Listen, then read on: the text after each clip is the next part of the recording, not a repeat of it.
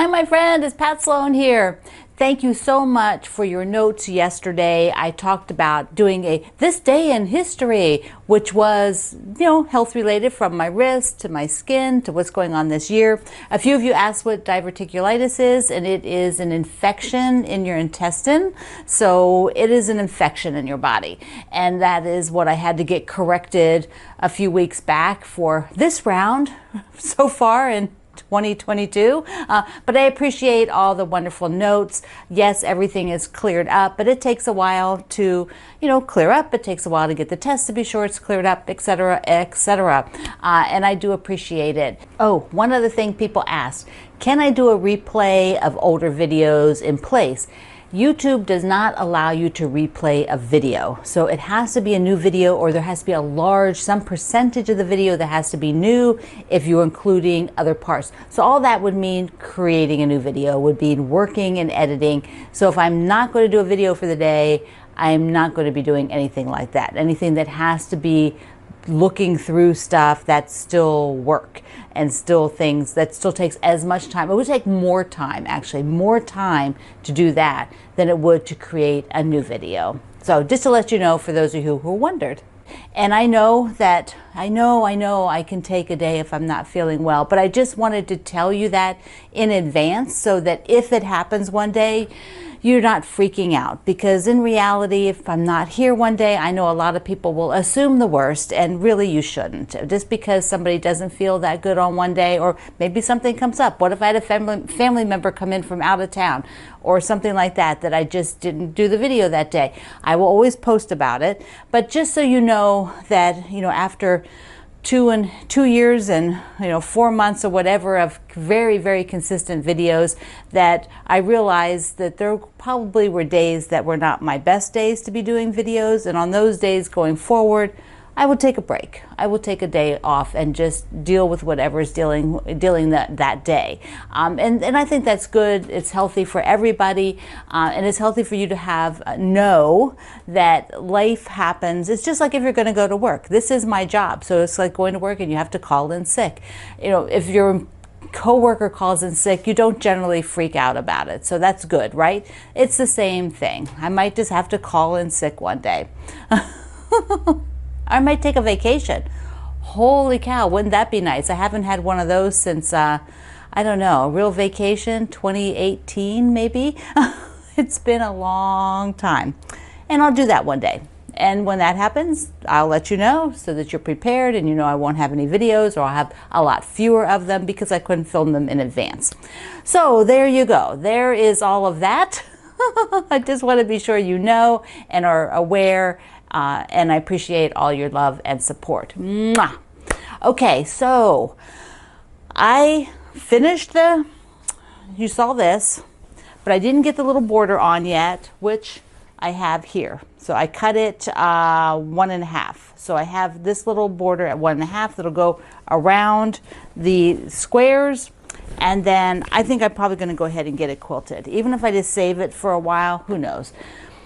I also have the binding cut. Ta-da! This is on my, my program that I have to finish some things. That's those. Next up is Words to Live By. And I definitely have to get everything cut for that. Getting it cut will be super key to getting it finished on time. There's no time, but getting it finished now, basically, is I want to be done with it, because I tend to, if I get a stall point, and maybe this happens to everybody, but I get a stall point for whatever reason, don't work on that. Remember, these are like my background projects. These are just things I do for me, or because I like them, or I just think they'd be interesting. But if I have to stall on it and put it aside, sometimes ramping back up to finish it is super difficult. I just don't feel like it. I feel like doing something new instead, because I really enjoy doing new things. So I know myself that this is what's happening with Midnight Moon. I don't want to stall. I don't want to put it off, because if it gets stalled, it can be years and years before I go back to it. So this one is definitely not. It's up on the docket. I am going to actually cut the rest of the blocks. I think I'm just going to cut the rest of the blocks, and which is really sashing. There's some blocks around that middle and then some sashing. So it's not a whole lot. exciting, exciting. And you know yourself, you know, you as a quilter, you as a maker, you as a person, you know yourself, you know where your trigger points are, you know where you know, things fall away and kind of what made them happen and how hard it might be to bring them back. And so that's where I am with some projects. I'm like, I would just really like to start something new right now instead, but I'm not going to. It's like, I'm going to get it done. Okay, we have Secret Lives of Color number 42. 42 in the purple section. So in the purple section, the color is heliotrope. Look at that, isn't that beautiful? So this is a color that's a combination of the word sun and to turn, and it's a flower. So heliotrope is a flower, and that's basically where the color's name came from. And of course, there's some other things in the story here that you'll read about. So when I was looking for heliotrope, this was really, really close. So it's also really, really tonal. It's really just, you know, small. It's a basic, like a background, or really solid. You know, if you bring it this far out, it looks like a solid fabric. So I decided it would definitely be the small block, and that the small block is always turquoise. There's two different, sort of this light turquoise that I'm using. So he's super cute. I have him now. All right. Heliotrope. So you're going to get that one done. Want to remind you that I think today or tomorrow is the last day for the Confidence Stitch, where you get 10 fat quarters for $20, and they have like color grouping. So I'm not sure what she has left, but this is a yummy assortment of ones that are from the Confidence Stitch. Kate does a great job sort of putting all of that together. All right, I want to show you something about marking pens. Marking being like writing labels for your quilts, because I had a question on that. So let's go to the other side of the table. Our Q&A today is from Cheryl, and she asked, what is, you know, basically the most durable pen to use to write your labels? And I use two different manufacturers. One are the Sharpies, and the other are the Pigma pens. So these are the two that I choose. Now I do want to say that if you want to make a label for a quilt that maybe will be heavily washed, or one that maybe you really want it to be an heirloom that lasts till the end of time, you know, you really do not want any fading at all of that ink, then I suggest that you do not ink it and that you embroider it either by hand or by machine. And that will be really, really durable. The thread is really going to be, I mean, thread can fade. Thread can fade. You don't know, that might happen, but it might still be there 200 years, 300 years from now.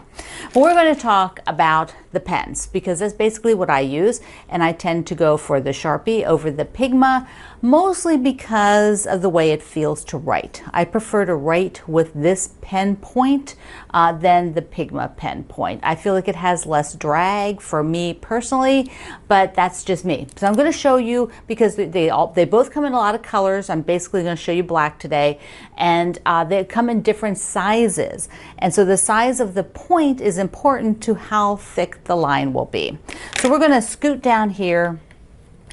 See, I'm getting ready to put the label onto the Make-A-Wish quilt so that it can be shipped out. Mr. Greg will be shipping that guy out. So I have a little piece of fabric here. Let's first look at the Sharpie. I did some lines here to show you, but the Sharpie has this is the one I use, the Ultimate Fine Point, Ultimate Fine Point. But this one here is called a Fine Point. And it is really not that fine. I'll make another line for you. Here's the fine point, and I have used this. It's a little bit thicker, it's a little chunkier, and here's the ultra fine point. And so that is, you know, much, much thinner. Now I do want to show you something with the Sharpie, that if you tend to write and you hold the tip, like if you hold the tip and then you start to go, of course it didn't do it, but if you hold the tip, there it goes, and then you start to go, you can get a little bleed like that. That's where I held the tip. So I don't rest the ink tip on the fiber, because it's just going to suck that ink right out. It doesn't tend to do it as much as the Pigma. So if you tend to be a rester, you might want to try the Pigma. So normally, like when I write, you know, I don't really have any problem. Now I do not have anything stabilizing this. Generally I don't, but if you want, you could iron freezer paper to the back, which would give it a more stable surface so that it would feel firmer when you're writing on it. Okay, let's look at the Pigma pens. They come with numbers. So you can see there's 08, there is 05. This happens to also be, happens to also be green. You can see the green down here. And then they have 01, which is the smallest. So I will show you writing with, here is 08. So there's 8, which is nice. 8's very much like the ultra fine point. So these two are very similar. Okay, then let's do the 05 in the brown or the black. I think it's black. There's 05. So it's really similar to 8. There's not a lot of difference. And then we have 1. And 1 is super fine. I did a line twice, but here's just one line. So there you can see the difference in all of them. So I suggest that if you want to try some pens, that you maybe try the ultra fine point of the Sharpie and go for maybe the 8 or the 5 of the Pigma to see what you think. And now I will have to get this label written over here, get this label written, and then I can send that off to the Fat Quarter Shop. Okay, one thing else while we're back here on the table, because it happens to be back here, is I decided on the fabrics for Norm, to finish Norm up. So I am going to go with an inner border of this black, which has like a little bit of design, and then the green polka dots. So that's what I'm going to go with. There was tons and tons and tons of ideas. We had every camp in the world expressing their opinion from, oh, it's too much green, which I like the green, to can you do purple? Can you do this color? Can you do that color? What I found is, in my looking at it, when you look at Norm, this is a very small piece. This is not a large quilt. This is a very small quilt, and it has a limited color palette. When I started adding other colors, what happens is they don't have friends. They don't have like similar colors within here to work with. So if I added purple, there's no purple in here. Even though green and purple look good together, something that's all green and then you just stick some purple on the edge, it's not appealing. This is too small to handle that kind of that much of another color. It would need to have, I think, a little bit of purple inside. Like the brown, because there's some brown mushrooms, worked pretty nicely. I could not find a blue that I owned that actually looked nice. None of it did. It just didn't. This color blue and these greens and that gray, it looks great here, but I couldn't get a border unless I was going to use this again, you know, and I don't really want to do that. So this makes my heart sing. Of course, it's polka dots. Why not? And so I think this is where I'm going. Let's go and talk about a binding on the Ukraine quilt, because I just had a thought when I did that, and I was able to get a full picture outside, so I want to show you that.